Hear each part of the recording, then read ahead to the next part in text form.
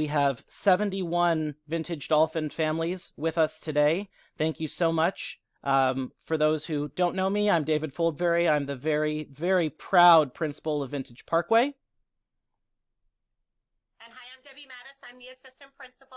Thank you for being here. So once again, we shared a moment ago that we are recording this so that it can be made available later. We are going to be able to bring people into the Q&A, and when we bring you into the Q&A with the to ask the question that you've put into the Q&A, to ask the question live, and then we can kind of engage in a discussion about it. Just a reminder that when we pull you in to the meeting, if you are on a Chromebook or a cell phone, we're only going to be able to pull in your audio, not your video. If you're on a PC or a Mac, we're not going to turn on your video, but if you're on a PC or a Mac and you can turn on your video, then your video will be on and everybody will see you. So we want to go ahead and get started by presenting a couple of things that we know at this time, and then take your questions and be able to be as clear as we can be about all the details that we do know at this time and those that we don't as well. And again, please use the Q&A panel. It should open up if you go to the right-hand side of your screen and you click Q&A. You'll be able to submit a question, and when we get to that in just a couple minutes here, we'll pull people in to actually ask those questions. We won't know if you want to be pulled in to ask a question unless you type something into the Q&A.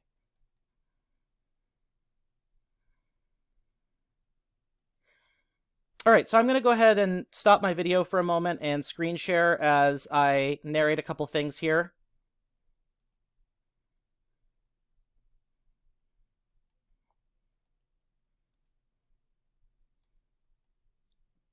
Mrs. Mattis, if you don't mind clicking on my name and resetting me to presenter.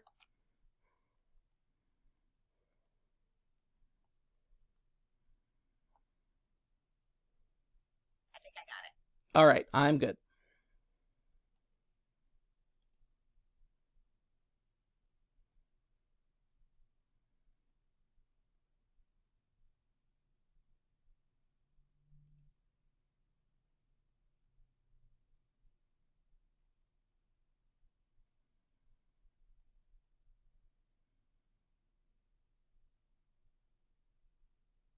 Okay, so I want to begin by just sharing a couple of resources that we have made available and that are available on the school website and the district website that will answer a fair number of questions. So the first one is the PDF document that accompanied the parent declaration that went out on Friday. So there are a couple of known items that are already established in this letter that we just want to kind of reiterate. And the first is that we are very hard at work making sure that the campus is ready for our dolphins. In fact, this is work that has been ongoing for a long, long time. The first meeting of the task force was June 2nd of last year. And this is work that's been ongoing for a very long time, awaiting the board direction of a date to return. So the first question that many people have is, what date are we returning? And we don't know the answer to that yet. The next school board meeting is going to be March 10th, and it'll be an action item for the board to decide a return date. We know that we are probably going to be phasing in the return, doing it as a phase-in of, a couple grade levels at a time. That's just best practice of all the districts around us.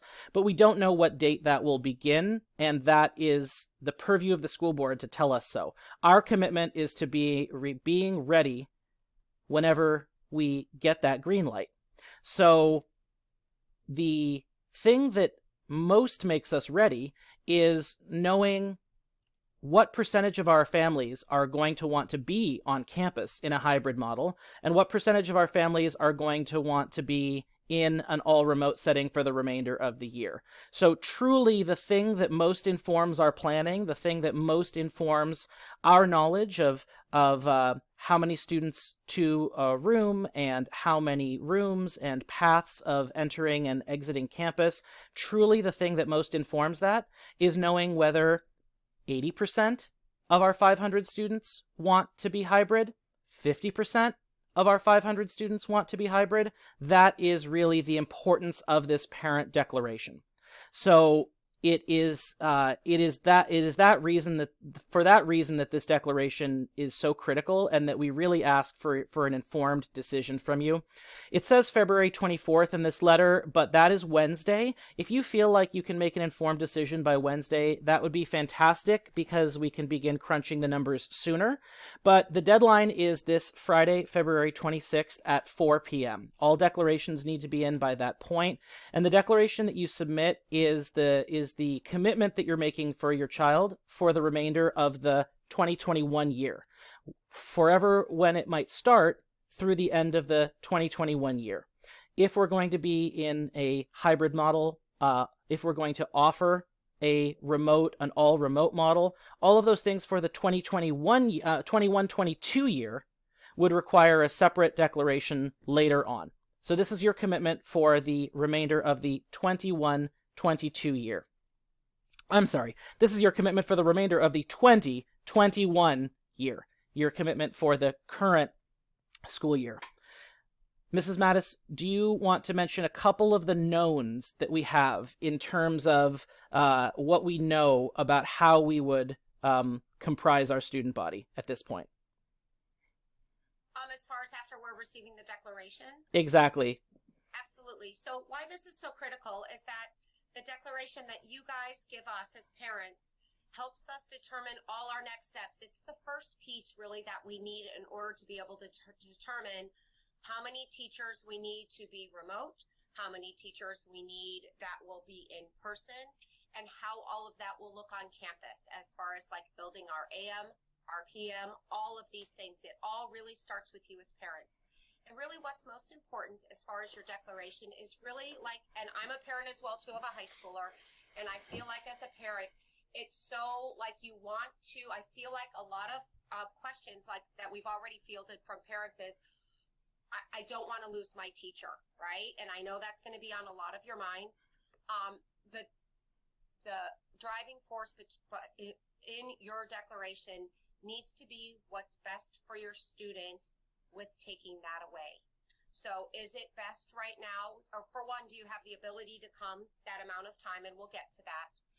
Can you come those many days? How is distance learning working for your family right now? Actually, there are some students that are actually thriving in distance learning, some are not. It kind of all depends on each family's different situation, and that's why this is so critical for us. I know Mr. Foldvary will touch on it. We will do our very, very best to minimize the amount of schedule changes as far as teacher changes and assignments.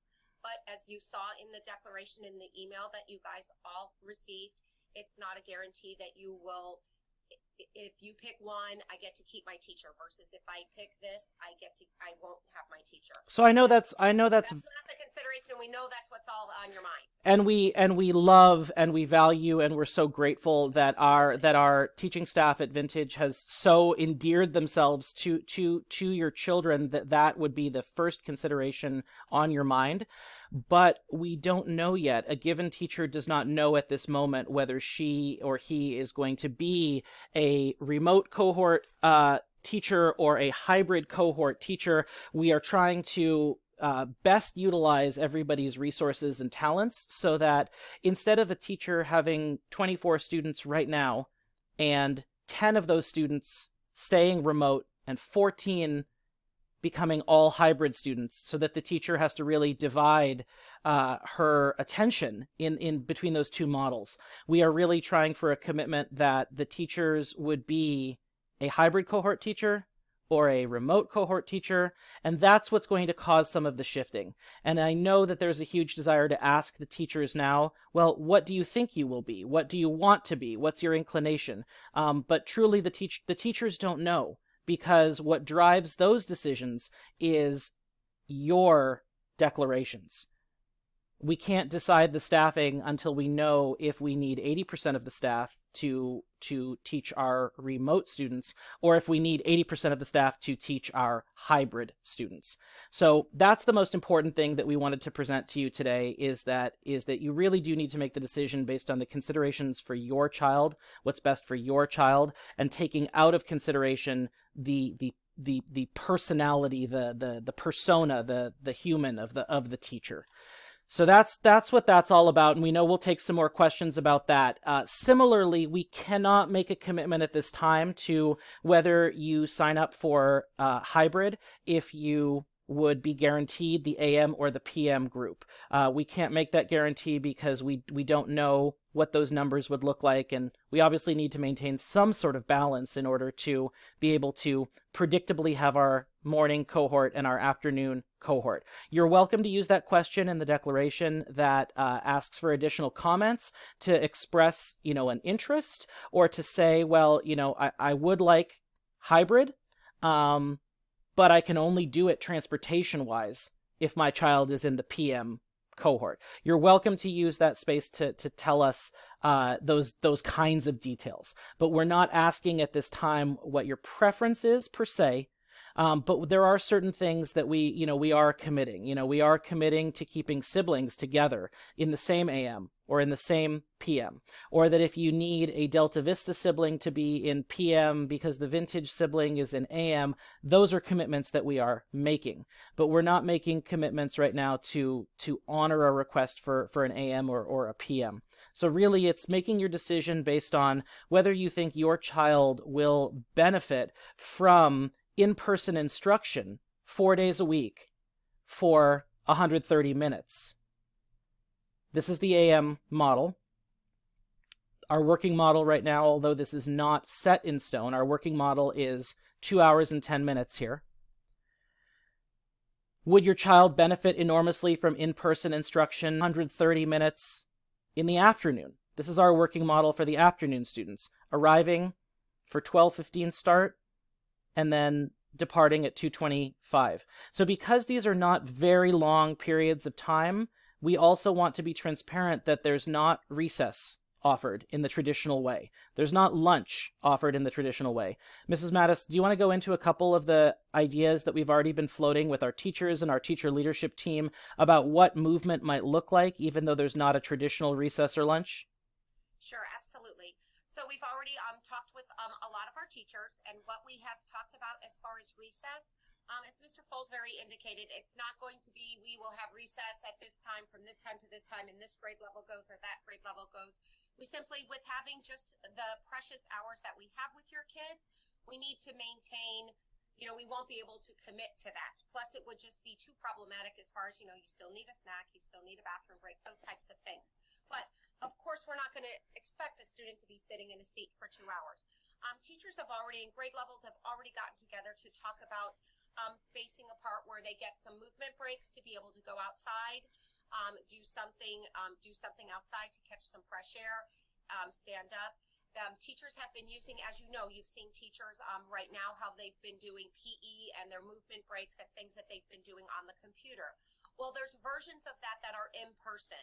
We are definitely not going to be showing the same videos like a Go Noodle or something when we have a student in our person. But there's other different movement breaks and things we can do in the classroom that will give them that time, give them that energy, that movement break from instruction to be able to get a break and feel like they can still talk to a friend, even though they still kind of have to have some distance. But we'll work through all of that. And we know that our students, our dolphins will do, they will do and adjust to what we need them to do. Because I know you guys have already been starting to get them ready. We know that you have, and we know that the teachers have. Lunches will be grab and go. So you will, lunches will still be offered. They'll just be pre-bagged already. So they'll be able to. So if you're in the AM cohort, you would leave through the multipurpose room in the cafeteria, grabbing your grab and go lunch and your breakfast for the next day. If you are in the PM cohort, you would likewise exit through the MPR for your grab and go that you would have for your breakfast and lunch the next day before you come back to school. Wednesdays are going to remain as they are now. So whether you choose for your child to be in the remote cohort or in the hybrid cohort, Wednesdays are going to remain as they are now. There's going to be an hour of synchronous live instruction remotely for all children. And we're just going to shift that hour. It's going to be 8:30 to 9:30 instead of 9 to 10. And then there will be asynchronous assignments on Wednesday as well.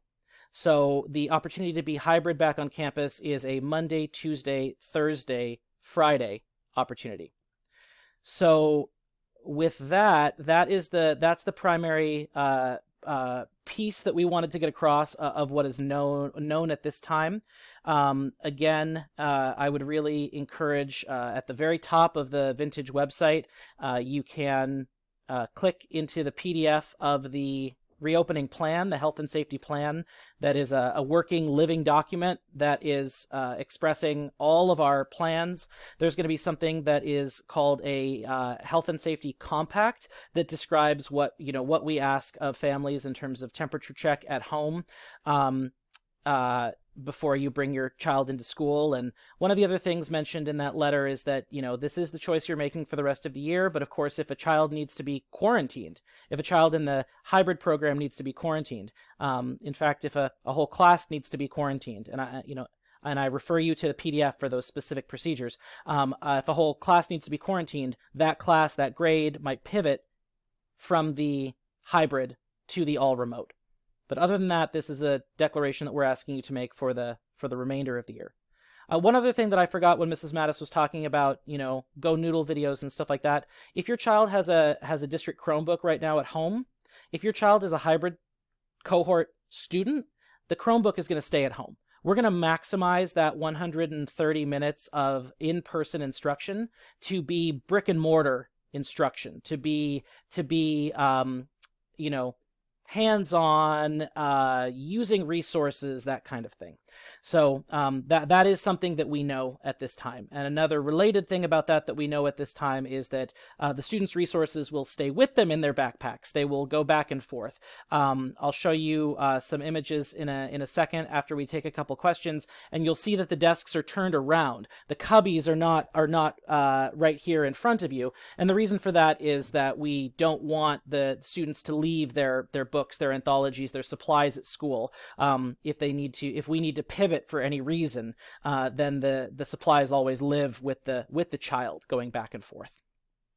Okay, so with that having been said, let me go ahead and mute for a second. And Mrs. Mattis, is there?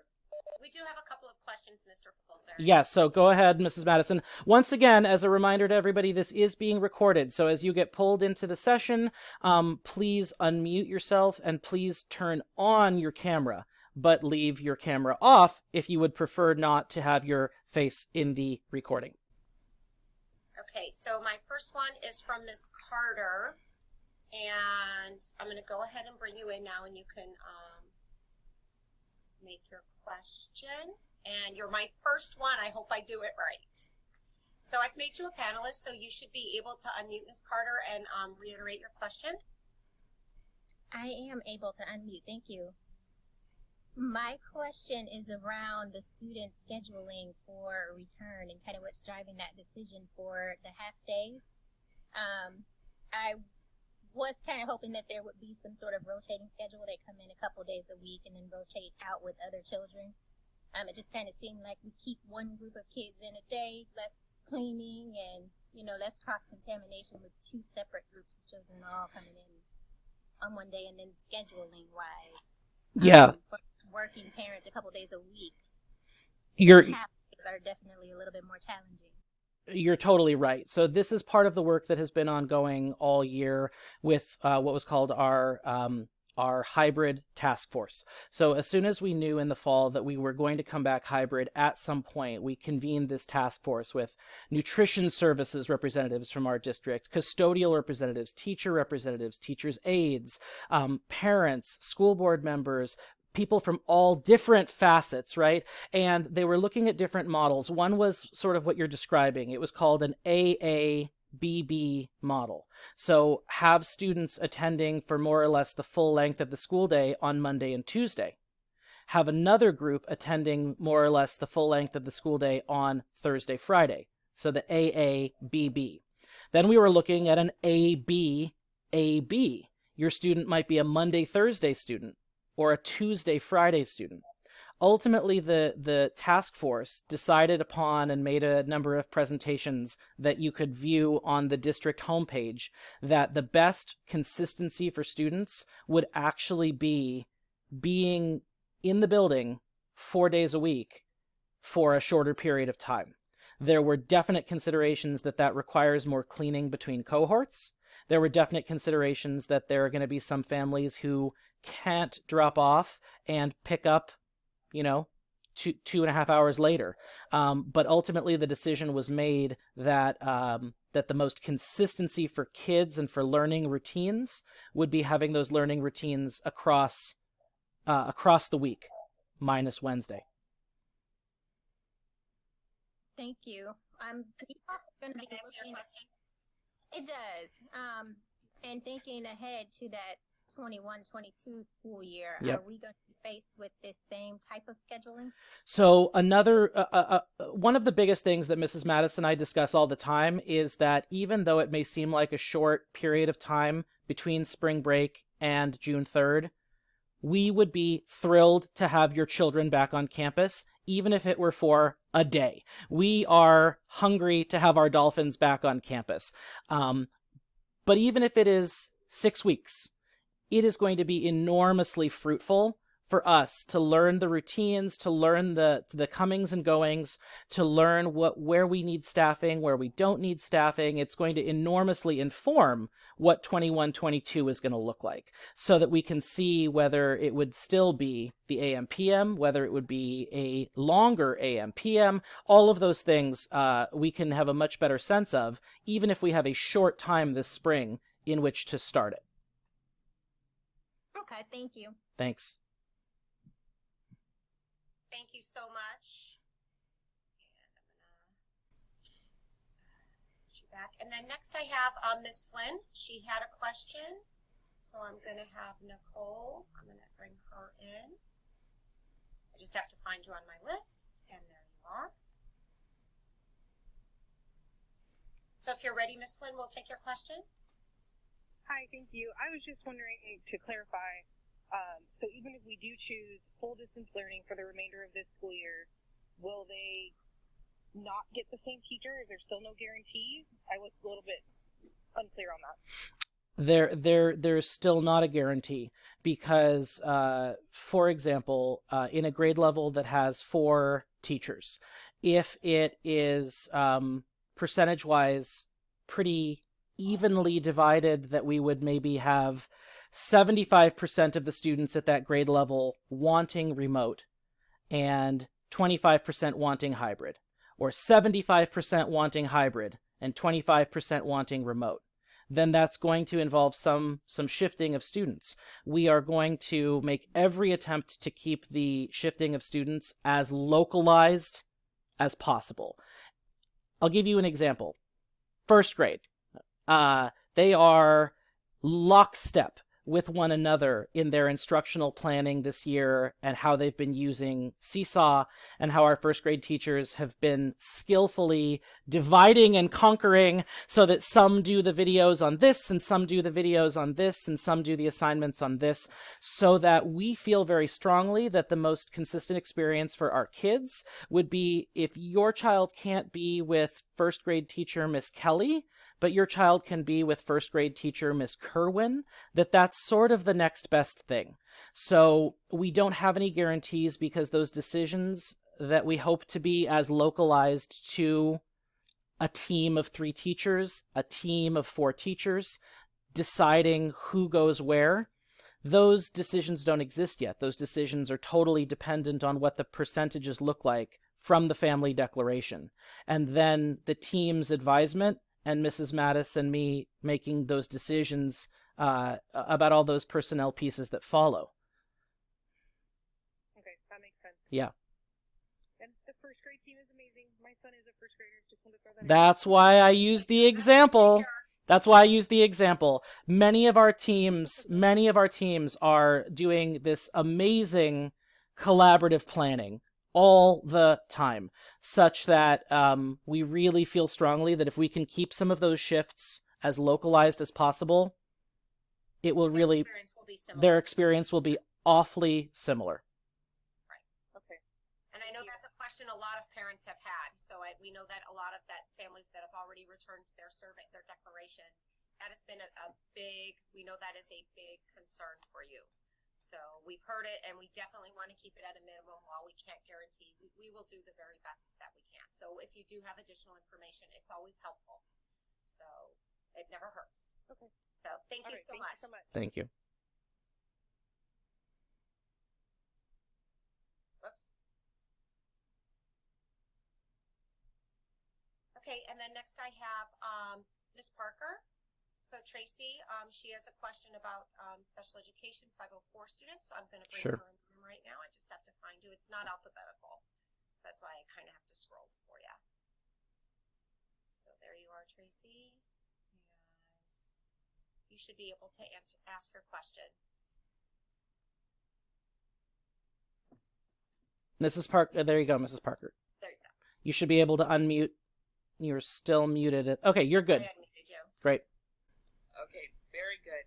Yes, I was just wondering, I know that there aren't any guarantees about whether or not my student would remain at his school and or that he may not have the teacher that he wants.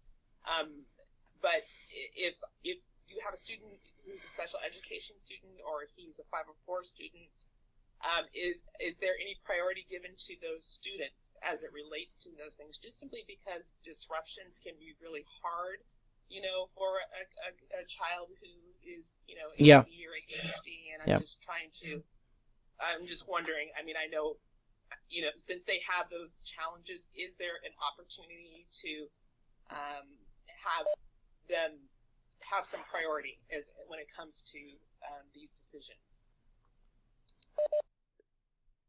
Mrs. Mattis, do you want to share this one? Yeah, I can speak to that. So Tracy, it kind of goes along with on the declaration form, there are some special circumstances, such as our students that receive special education services or are on a Section 504 plan. Once we have all of that information in the declarations from the families that receive those services, also students that are second language learners and receiving ELL services, those all those students are kind of in the same groupings, right? That we would have to, like, how do we still ensure that they get the services that they require? So, and it's a fantastic question. We don't have all of the answers to that yet, but a lot of the next steps for figuring out, like, for instance, how a special education student schedule would look, or someone who is on a 504 plan, or someone who's receiving those English language learner services. Once we have all the totals from each school, then we'll be able to easier say, these students were going to maybe cluster in AM or cluster in PM. So we need to be able to have those support providers still be able to provide services. And how will that look? So it's not so much that it's a priority per se, but it definitely has to be a consideration, because we also know as teachers and educators, we want to be able to, like, if there's students that have certain needs and we are able to kind of mimic their schedules as closely as possible, we do want to do that, because we still have our special education team and our paraprofessionals and other people who will still have to provide service. Another good example is someone who's receiving speech. So how will speech services still be given? So those are things we're still working out, and those are things that as we get more information, we'll relay. But it's a great question. I know that's one of those that we don't have the complete answer to, but of course, once we have the declarations, that will really help us, because we'll need to know who we have to support in hybrid versus that full distance for the rest of the year. Okay, thank you. That answers my question. That I do have one more quick follow-up as a result of that question. So let's say I do select the hybrid model, because I think that would be best for my child, but it for whatever reason, because of all the declarations you've received back, my student has to go to another school and will have another teacher or what have you. If I decide that isn't going to work for me, can I switch him back to just remote? That's a great question, Miss Parker. If you can mute, because I'm echoing for some reason. Yes. So that's a superb question. I think when we say that you're making a choice for the rest of the year, that we mean that once it gets going, we ask that you stick with that. If we present something to you and it's very different than what you anticipated because of some dramatic change like that, there would probably be some latitude for you to say, hold on, that's, so we are going to be able to, if you select remote, we're going to be able to honor that in as close of a way as possible, that it's authentic to the decision that you are making this week with the information at hand. If you select hybrid, it's going to be as authentic as possible to the information at hand. We're not looking to make drastic changes as a result of what comes. If we crunch the numbers and we say, wow, there's such a shift one way or the other, and the staffing is such that we don't feel that we can support those percentages without doing bigger shifts than the parents might have anticipated, we will share that information. But that's why we're saying that we're just very hopeful that in our grade levels, which all have 3 teachers or 4 teachers, that we are really looking for hopefully that flexibility of a 2/3, 1/3 situation, a 3/4, 1/4 situation. If it doesn't turn out anything close to that, then that's where we'll be more clear with the families about what the shifts might be. Does that help you, Tracy? I'm going to go ahead and return you. I think that was good. I have 2 questions that are the same back to back, so I am going to just the first one that was there. So I'm going to have Kerri Siggens had a question about the potential of being located to a different school, and there's a couple of those that were the same questions. So yep. I will bring her on right now.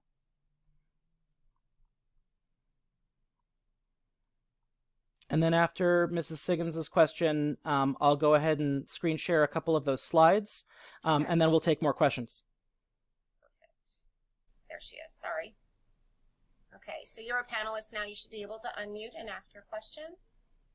Thank you. Scared. I was just that's one of my concerns is yeah. I'm working. We're both my husband and I work, and so logistically, we live close to Vintage, obviously, so it's much easier for us to get there versus somewhere else. Right. But so I guess my question is, in the event that happens, or like you had said, if you prefer AM or PM, is that something that we're able to possibly put on the survey, that it would be we wouldn't be able to do the in-school services and would have to stay remote if we weren't at our same location? Yeah, you're welcome to indicate things like that you really would like to do remote, but only AM or PM is logistically feasible for. I'm sorry, you'd like to do hybrid, but only AM or PM is logistically feasible for you. Or you'd like to do hybrid, but if that ends up at a different school site, then that would not be logistically feasible for you. You're welcome to indicate that. The reason that we sent these declarations out as individual school declarations is that we are empowered to make these decisions as close to the children and as close to the classroom as possible. We aren't just lumping every third grader in the district into a pool and deciding how many third graders we need at each of these sites. This is a vintage declaration. This is a vintage decision. So we are not eager to make those kinds of big sweeping changes. We want to keep everything in-house as much as we can. And that's why we're really eager to start crunching those numbers. Did that help your question? And I know it's kind of an answer and not an answer at the same time, because we know that the language in the declaration says If you do choose hybrid, you can't guarantee an AM or PM. And I would still reiterate that we cannot guarantee an AM or a PM. But we, knowing as administrators and us being on the school side and knowing our families, we will try our very hardest, if we have those things, to try to accommodate that, because of course those are difficult discussions, right? But that's why Mr. Foldvary is exactly right when he's saying the decisions on these decisions have to be made as close to campus as possible. It's when the layering comes in, like when you have a sibling that's at Delta Vista or O'Hara, that sometimes some of those decisions may be a little more problematic. Or say if you are an English language learner, or if you get speech, or if you're in resource, some of those things in AM may not, we might have to put you in AM, or we might have to put you in AM because that's how it's working out. So I definitely want to be honest and not say, okay, if this is what it is, then we can say, that's, this is, say we can accommodate all that. We definitely will do our very best, though, to try to do the best we can, because we know this is hard for you guys. We know it's hard, and you're committing to basically 4 days a week, dropping off, picking up on time, and it's 2 hours and 10 minutes. So we know that it is a short amount of time and a short window. But you have to factor into what's best for the quality of that education. A lot of our students we know are really suffering. While some are really thriving in distance learning, some really miss that interaction with their peers so much and don't have that access just because of where they live or what their home situation is, that 2 hours and 10 minutes outweighs that socialization that student needs, outweighs the inconvenience that we know you will be having as parents. So that's why, that's why those declarations are so important as well too. And it's not a light decision or an easy decision. I do not know if Mr. Foldvary touched on it. I think he did, and I'm going to return you, Ms. Siggens. That if you do, like say you filled out your declaration already, and after this meeting or after you've really thought about it for a day or two, that, oh no, I don't want this, I'm changing my mind. Yes, you can change your declaration up until Friday. So if you've already filled it out and then you've attended this meeting and you've thought about it and talked to everyone involved and you're like, that decision, I think I need to change it, just go ahead and fill out another survey. And you can just, like in that comment line where you can give extra information, just put like updated or something, right, or send exactly. a survey or something. That way we'll be sure to be on the lookout for it and know that's your true choice. Yep. So that is all available to you. Great. All right, let me go ahead and screen share a couple facilities things and then see if there are any questions related to that.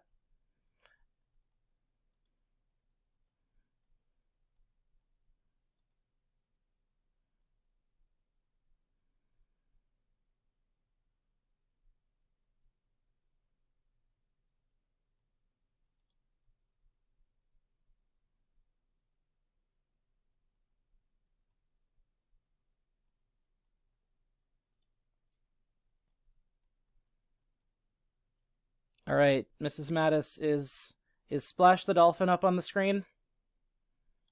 Yes. Okay.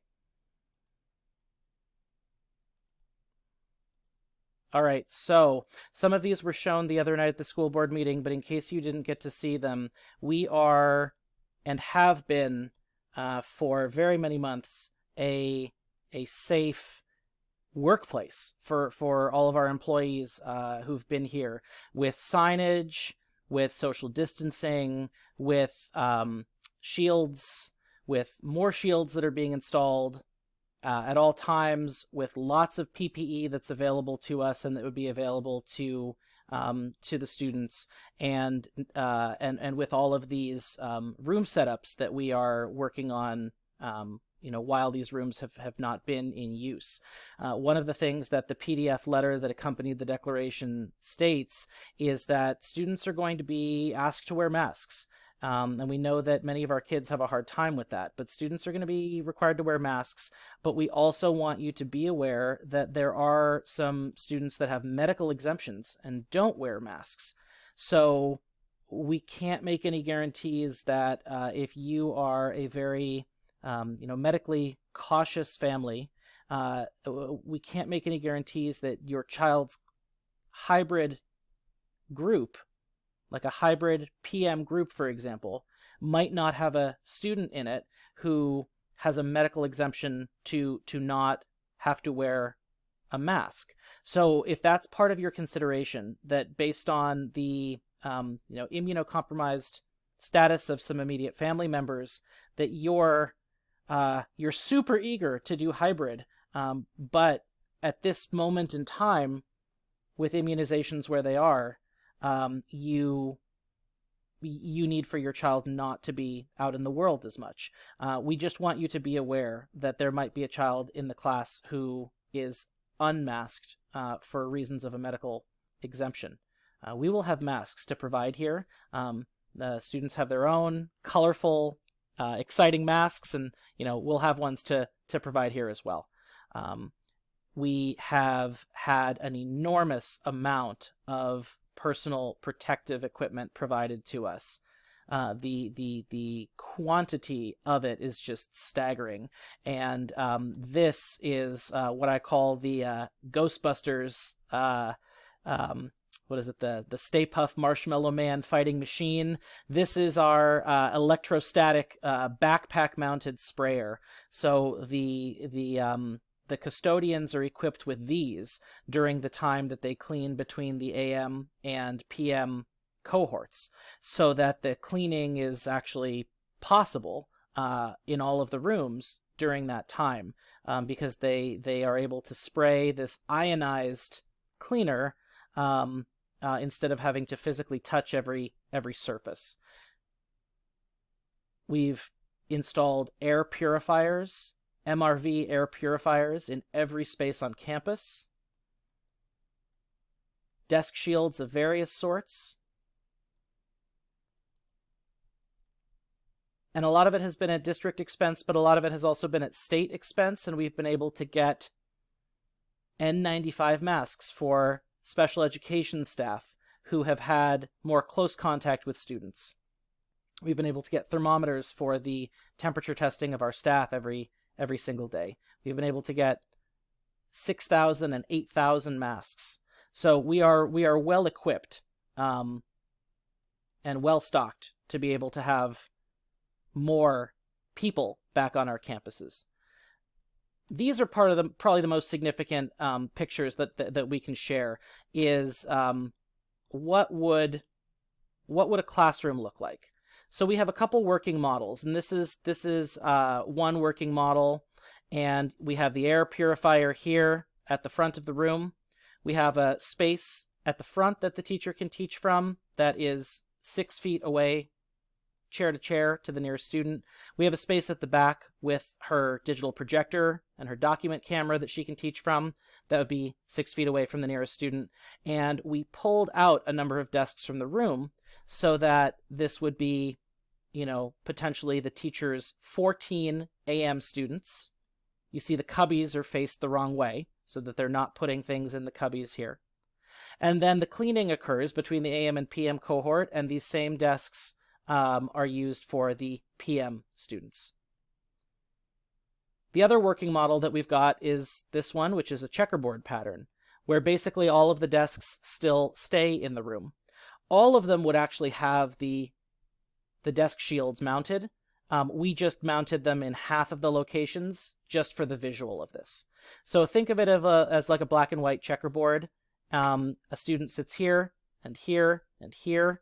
And that desk that's in between, that's not actually, if you're an AM cohort kiddo, that desk in between that's not sat in until the PM cohort is an extra barrier between you and your other classmate over here. In the PM cohort, it would be the white squares of the checkerboard that would be sat in. And again, the cubbies are facing the wrong way. Here's a kindergarten classroom. So in a kindergarten classroom, we are demoing a combination of desks over here and over here, and low to the ground tables like the kindergartners are accustomed to.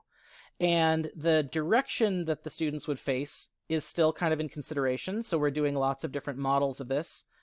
But, kindergarten class is typically 24. Could we have 12 students in an AM cohort, each with desk shields, each 6 feet from each other, chair to chair? Absolutely, we can. So this is one possibility. Same kindergarten classroom, different angle.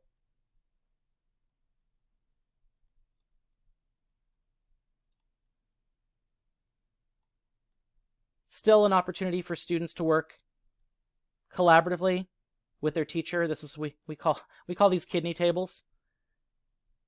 The teacher would be masked, the teacher would be able to move around, and as long as the teacher is strategic about where she stands and how long she stands there, students could potentially sit like this. So all of this is still under development, but we are very much hard at work right now, demoing different setups, looking at what is best, looking at ingress and egress routes, who would come in which gates, who would exit in which manner to go through the cafeteria and get their to-go lunches, what would be the pathways to get out to the blacktop if a teacher wanted to take her students for a spaced out brain break. How do we do all of those things? That's what is ongoing right now, in addition to all of the learning that is happening in class every day. I have another question. I have a question from Amanda Colunga, and it's actually a very good question about grading and progress of their students. So Yeah. I'm going to go ahead and bring you in, and you should be ready to ask your question, Amanda.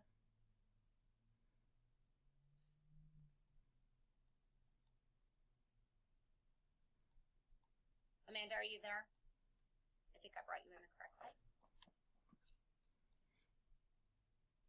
It's okay. So if she didn't, she might have stepped away for a minute. I will go ahead and I'll read her question, and hopefully she's there to answer it, to listen. Great. And so her question was related to how will grading be affected?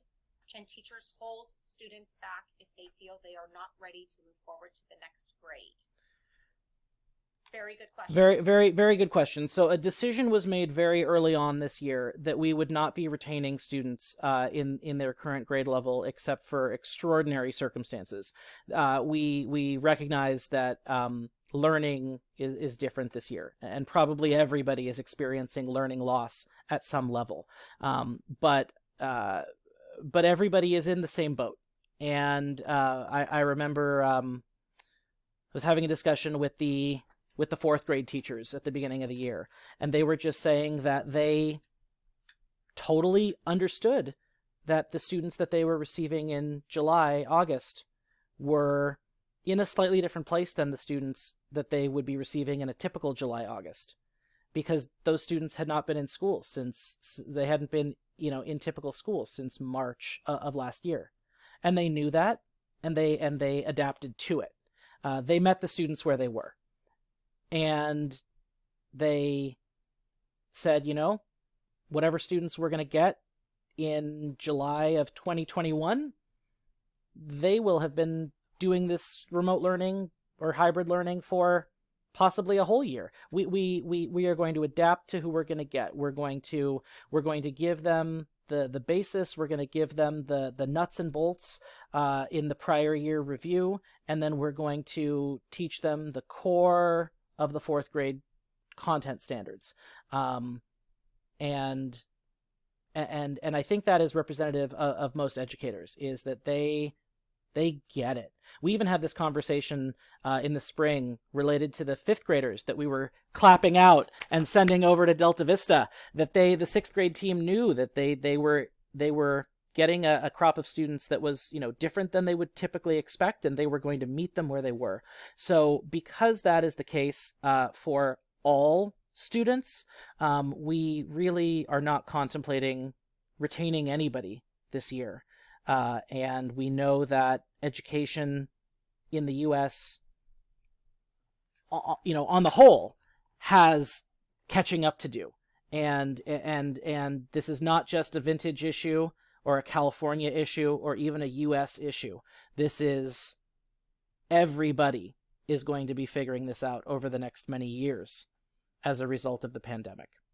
We are focusing this year on something called focus standards, so that there are a myriad of academic content standards in each of the subject matter, in each of the grade levels, but collaboratively with the teacher teams and with leadership from our curriculum and instruction department, and best practices and things from research. We have been working toward and teaching toward particular focus standards. And those are the ones that you see highlighted on the report cards. That's why the report cards this year look different than what you've seen in past years. So when we mail report cards this Friday and you see the second trimester report cards, again, we are weighing in on those most important nuggets, those focus standards.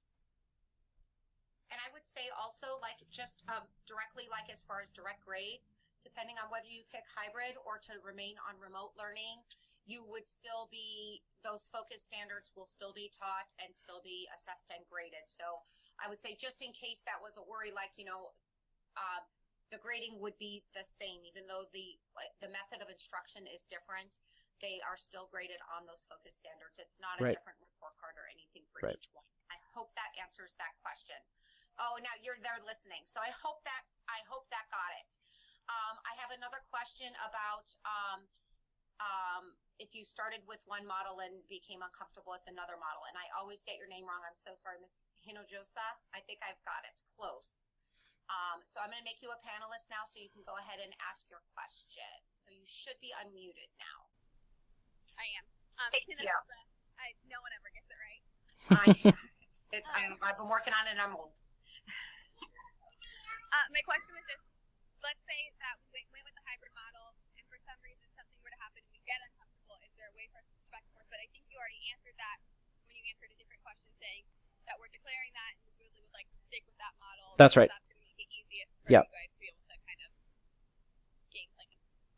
Yes, that's the case. Yeah. Absolutely. Thank you so much. I really appreciate it. Let me return you. I do have another question. Yeah. Okay, and I have whoops, sorry, I think I didn't. Okay. There was a question from another parent, Ms. Hauck, about if there will be no hybrid. I think I know the answer to this. Let me go ahead and bring you in and you can ask your question. Oh, wait, I did it the wrong way. Sorry, Veronica. She will be understanding. There we go. Make panelist. All right, you should be ready to go, Veronica. Hi. Yes. My question is, if you guys get all the results back on the survey and a whole bunch of them, like the majority, say 90-something%, right, says that they just want to do remote learning, are you guys just going to do that instead and not even try to do the hybrid? Or... So I don't think at this moment that there's the possibility that we would just go one direction or just go the other. I think we are committed to offering at all grade levels both options.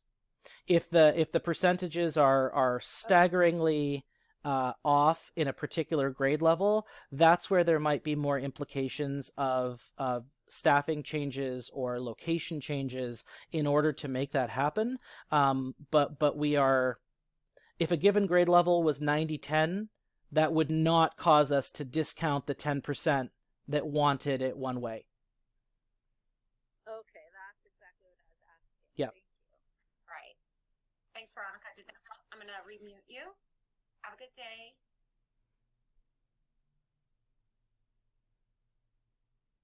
I'm getting faster at this. I think that's all. There was another question. Hold on.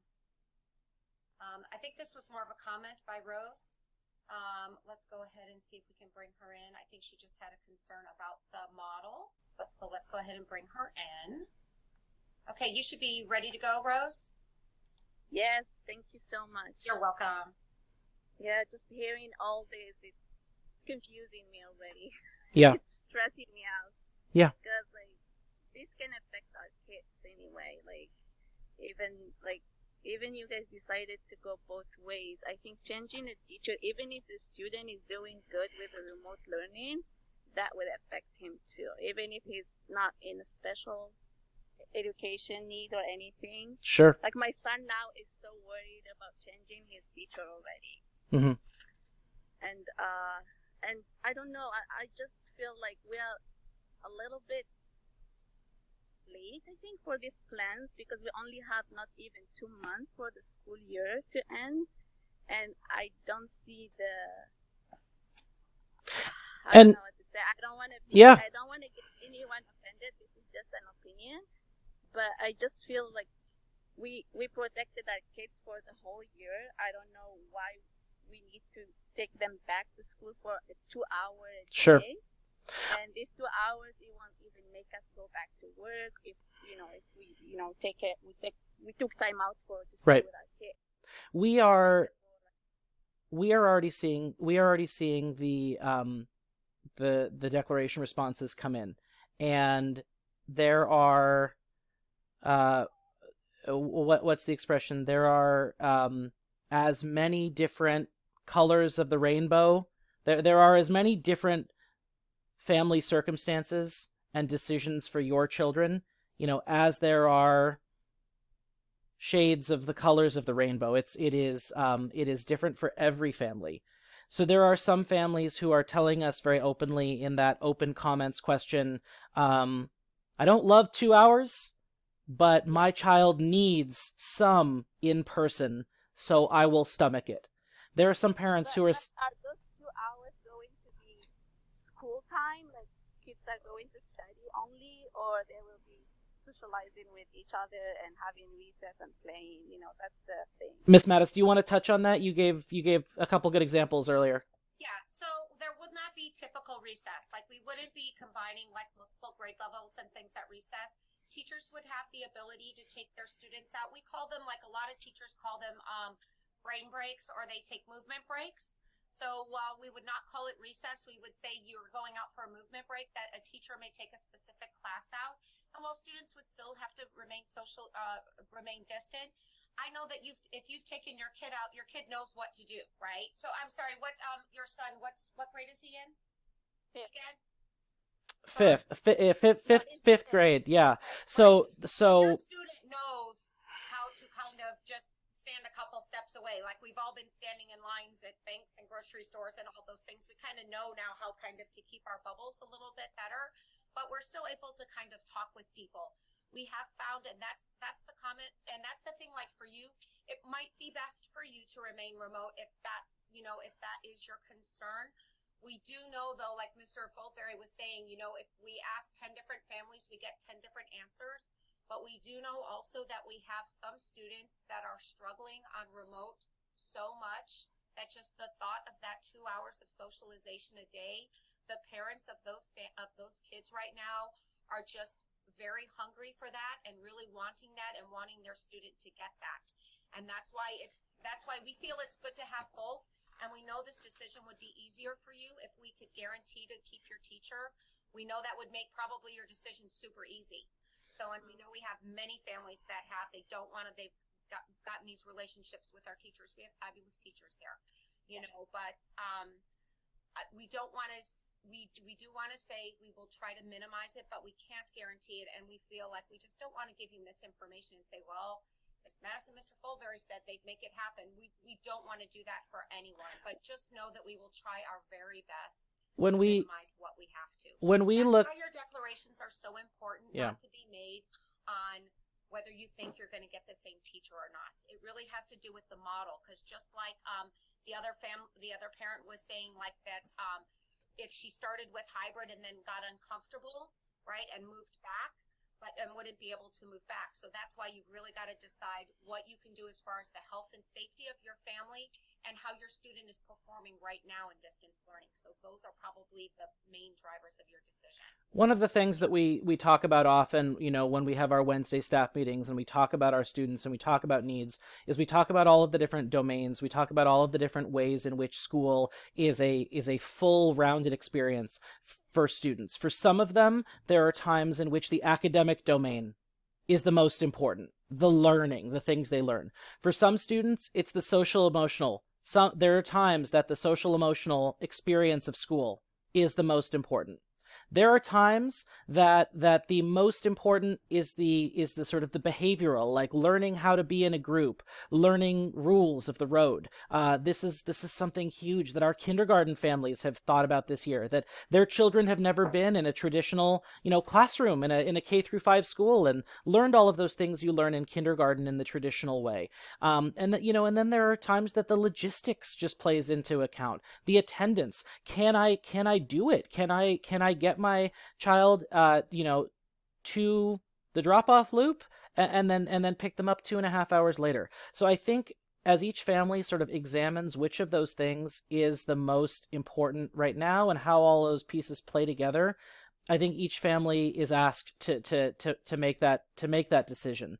I'll give. Go ahead. Those two offers be like a homework help or something. If the student needed help, like there would be a sign-up sheet or something daily or weekly or whatever.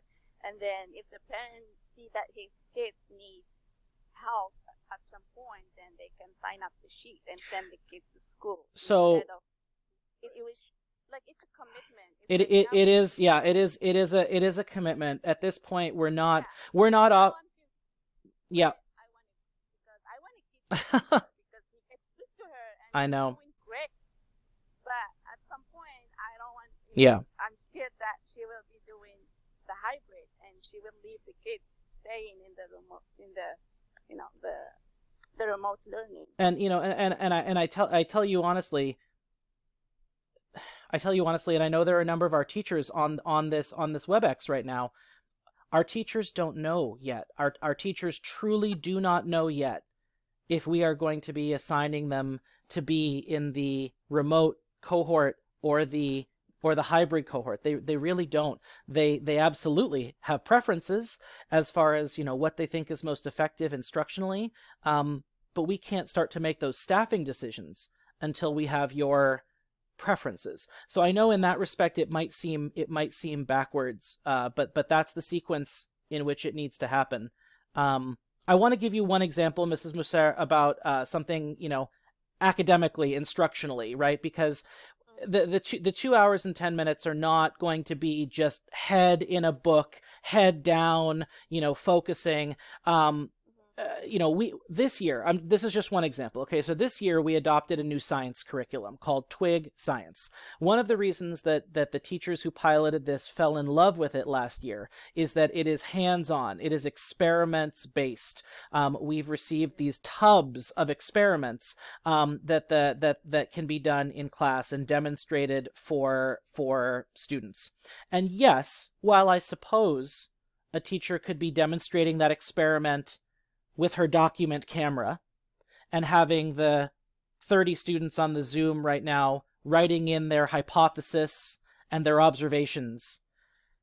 Our teachers are excited to be able to demonstrate those experiments and have the students lay eyes on it in the classroom and then write their observations, and the teacher can walk around the room with the chemical reaction that was caused, and students can have their hypotheses, and they can talk about it, and they can have conversations about it, and they don't need to request to unmute in order to have a conversation about it. So instructionally, it's going to be dramatically different way of teaching. This Twig Science we've been doing largely this year with remote assignments, with online assignments that the publisher has given us. But it's not intended to be done that way. It's intended to be done brick and mortar. It's intended to be done with seeing it and experiencing it. So there are thousands of different variables here, and we are the first to agree with you that is the case. Yes, and also, like just as Mr. Foldvary said, I know that we have, and it's grade level specific, different grade levels. Math instruction, math is really hard to teach on a computer. Mm-hmm. We found that a lot of teachers have made comments to us on that math instruction this year is so much more difficult because even though they have the manipulatives and they have the kids with it, there's just an element missing when it's not in person because, just the Unifix cubes and other things that people use are just the way you see it. Some things you have to see visual, and seeing it on a screen, while helpful, is not always that way. I do have a few more questions. I hope that kind of answered your question. If you do have other concerns over the week, you can absolutely email us, and we will Please. definitely call you in. I'm fine. Thank you so much. Thank you so Thank much. you. I have one or two that are just kind of easy answer questions, so I'm just going to go ahead and read those and answer. There was one on when can we expect in-school instruction to start? So do you want to take that, Mr. Foldvary, on when this model would start? Sure. So our mandate right now is to get all of the information to Superintendent Hetrick that he needs to be able to get it to the March 10th board meeting so that a decision and a date can be made at that time. So the information that needs gathering has largely to do with what will the population look like that's going to do hybrid? What will the population look like that's going to do remote? And then from there, we know staffing needs. We know facilities needs. We know sort of traffic needs, drop-off needs, nutrition services needs. So many of those things fall into line after we know what these are going to look like. So is there at this moment a date upon which we are going to return? No, there's not. The direction is that we are going to be coming back hybrid at some point this year for families that want it. And we know that we are going to phase it in. And let's say that we have 300 of our 500 students wanting hybrid. We are not going to have all 300 of those students walking in the door on the same day, 150 of them into the morning cohort and 150 of them into the afternoon cohort. We aren't going to do it that way. We're going to phase it in. We don't have a date right now. We will have a date early March from the school board. Yeah, and also if you've seen like some neighboring districts and things that have already started, you maybe have seen it on the news as well, that school started for K and 1 today, 2 and 3 start in a couple days, Right. 4 and 5 phase in after that. So while it's not guaranteed, it is likely it will be something like that. I have a couple more that I want to bring in. One has to do with pickup drop-off. So Danielle Green, I'm going to go ahead and bring you in really quick because that kind of offshoots. That kind of went in with just Mr. Foldvary's last comment. Alrighty, Danielle, you should be ready. Hey, can you hear me? Yes. Yes. Okay, I'm on my phone, so I was just making Oh, no worries. I was just curious because I know you guys want as limited people on campus, and that breaks my heart because I want to volunteer, but what is pickup drop-off going to look like from the parent perspective? I've heard some school districts are doing apps. Some are doing one teacher out there and calling the kids. I'm just curious because I have two kids Sure. that I'm hoping are going to be on the same schedule, what it's going to look like from my point of view. All of those details are in development, and we're looking at best practices from neighboring districts. Exactly what you mentioned, is it going to work out that you drop the visor down to say who you're picking up, or would there be an app and we know who to send out so we can make sure to space them out. All of those things are in development, and to some extent they depend on whether we will be dismissing 50 students at a grade level at the between the first and second grades, whether we're dismissing 50 AM first and second graders from the same part of campus through the MPR, or whether we're dismissing 30 first and second grade AM students. So a lot of this is going to follow in the coming weeks, which is why the declarations were sent out with a deadline a week later. I mean, truthfully, that's it. We ask for the declarations so that we can spend weeks working out all of these things based on the numbers. Right. So while we may have an app or not, we may be just radioing where it is, and it depends on the grade levels and if you get lunch or if you don't, or if you're AM, PM. Those will all be a factor. Right. For sure. Okay. Great. And then I had one other one. Sorry, Sure, that's okay. I was just curious. I have two siblings that go there. What happens if what are the chances of them winding up at two different sites if that was? I would say the chances are nil for that. No, our commitment is to keep siblings on either AM, PM, or same school. There's no way you could do that Yeah. as a parent.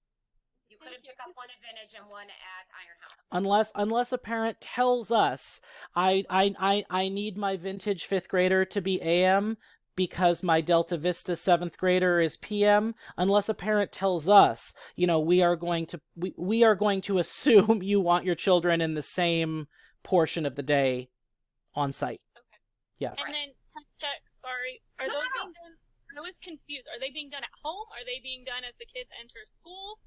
I was confused by that. So they are for sure going to be done at home. We are for sure, as part of the Health and Safety Compact, going to ask parents to take temperature checks at home. As far as whether there will, as far as whether there will be an additional temperature check taken walking into school, that is. We're kind of going back and forth on that. So we're very interested to know your opinion on that. What is your opinion? Would you rather the double temperature check or just the one at home? Because if you're going to temp check every child walking in, you guys are going to be there for hours. But at the same time, I could also see parents saying, "Hey, yeah, my child was temp checked, they're fine," and then not being the case at all. Right. Yeah, truthfully, that is one of the items that is it's right in the here and now as to how we decide about that. When we come in every day, we give our wrists and we have our temperatures checked, and it's just a zap. So assuming we had the right routes into the campus, it would be zap, you're good, have a great day. Zap, you're good, have a great day. So it's not untenable. It's not impossible for us to do that kind of thing. Right. And that's a great question. It actually goes in. Danielle, was that it? So that was a good question. And so right now what we know is that you will be doing, at least you will check at home. We are hoping, and a lot of that is we don't know how many kids are coming back on campus either. And so some of that will drive it. We know that it will take some time to do it. But there was another question in the chat that was very similar to that, just that in regards to the temperature checks before, is there a reason why the school cannot check every child's temp entering school? So, and I hope we answered that for you. So Please respond back to me if we didn't answer that just now. So I think some of it just has to do with how they're coming in and out of the doors. Once we know numbers, we'll be able to know how tenable that is. I think in a perfect world, we would prefer the double check just because, that would be preferred and an extra layer, although I don't know if it will always be tenable is kind of the answer. So it's kind of a maybe is right now the answer. And it also depends on the numbers, right? If we have that, we can tell. Yeah. And then I had another parent that was asking if students are going back for the rest of this year, are they going back after summer break for the new school year?